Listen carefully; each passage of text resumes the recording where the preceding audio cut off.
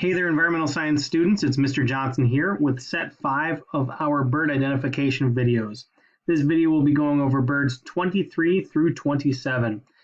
I'll remind you that you should have written down your first impressions of all of these birds, and as I go through them, write down your the main things that I bring up to look for, as well as how you are going to remember these, since the bird test will include pictures that you have not seen before.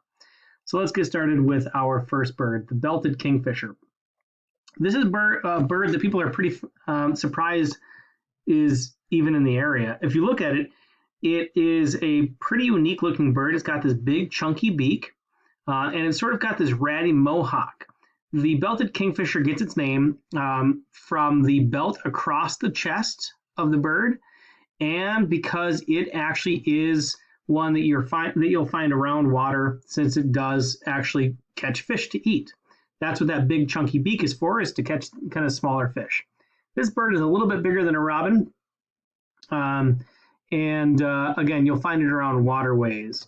In real life, it can look anywhere between sort of this gray-blue look all the way to a really bright blue. Obviously not as bright as a blue jay, but pretty strong blue color if the lighting is correct. A lot of times I'll hear these birds before I'll see them, and here's the call of the belted kingfisher.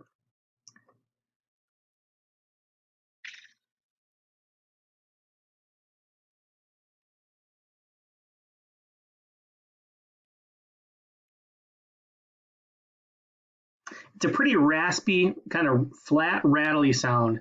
And when I hear that call, I'll know that I'm likely going to be seeing a belted kingfisher.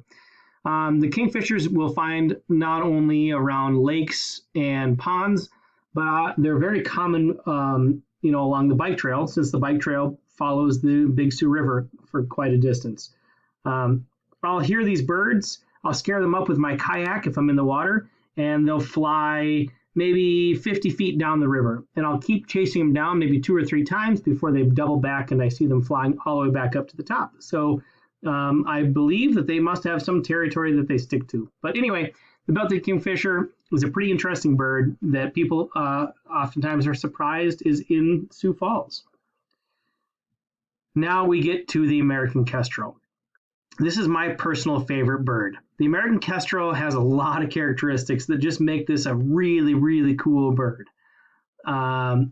It's everything. It's got everything. It's got kind of the speckles all over its body. The back is sort of a rustish, orangish red, kind of rustish red color. Even the part of the wing that's more gray is kind of a blue-gray. You can see these cool kind of tiger stripes on its face, and it does have some kind of splashes of yellow on its beak and kind of the front area of its eye that we call the lore. And this bird is about the size of a robin, maybe a little bit smaller, but I think it's probably about the same size as a robin.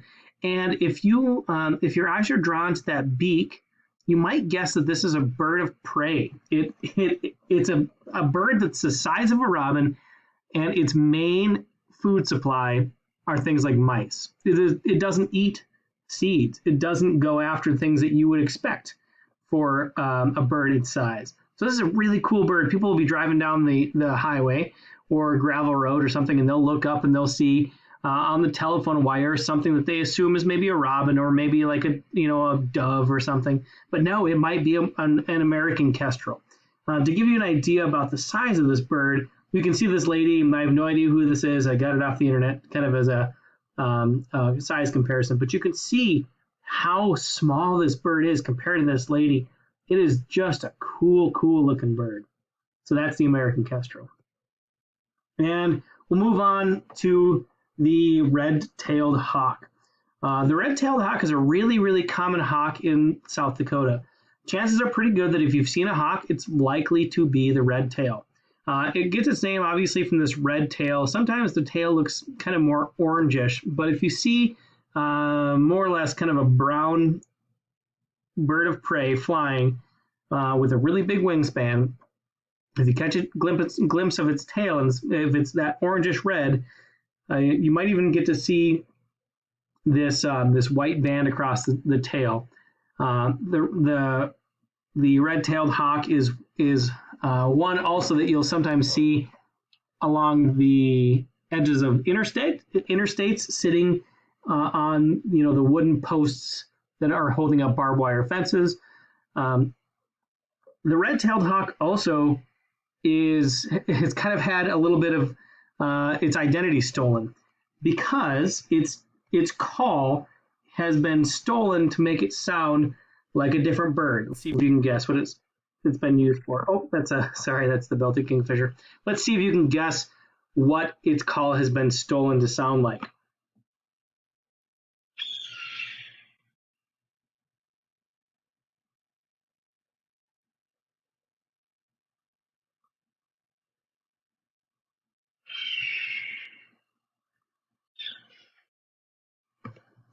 If you heard that and thought to yourself, that sounds like a bald eagle, well, that's exactly what it's used for. So you can picture, there's some TV show or some movie, and they're showing some bald eagle fly by, and maybe it's even a commercial where a bald eagle's involved, and you'll hear this call. Wait for it. Well, the red-tailed hawk is the one that's making that call. If you want to hear what a bald eagle sounds like, let's listen to it.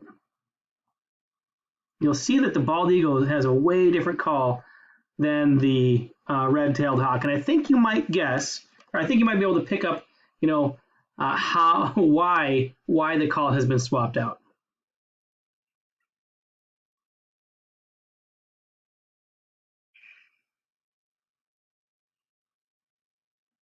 It's not exactly a ferocious sound, so you can guess that when people show the bald eagle, they don't want that kind of beep, beep, beep, beep, beep sound. They want something that sounds more ferocious, and the red-tailed hawk provides that.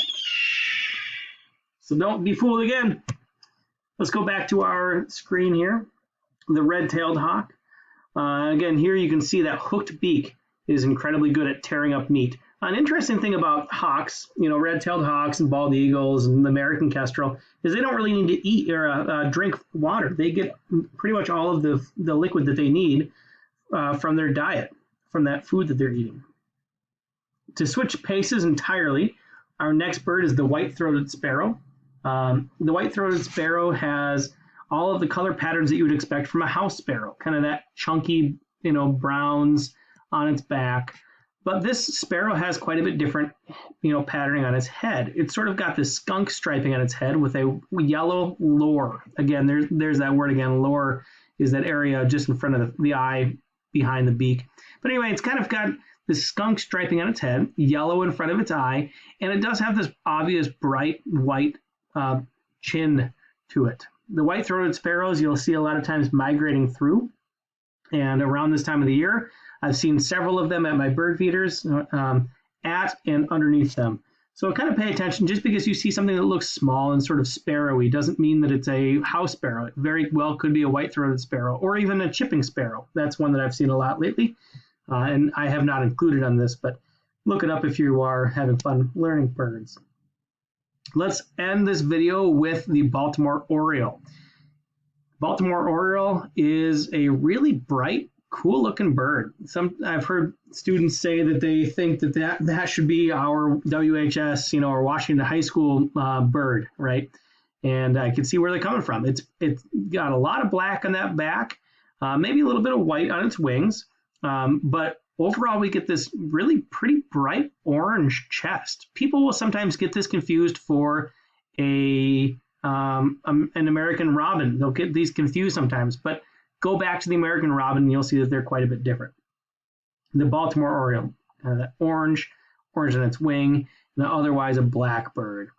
The American robin, again, is more of a red breast and belly. It's more of like a gray, kind of brown gray back. Then it's got an eye ring. That's the American robin. Here we have the Baltimore Oriole. that's where we'll leave off with this video. Thanks for watching, and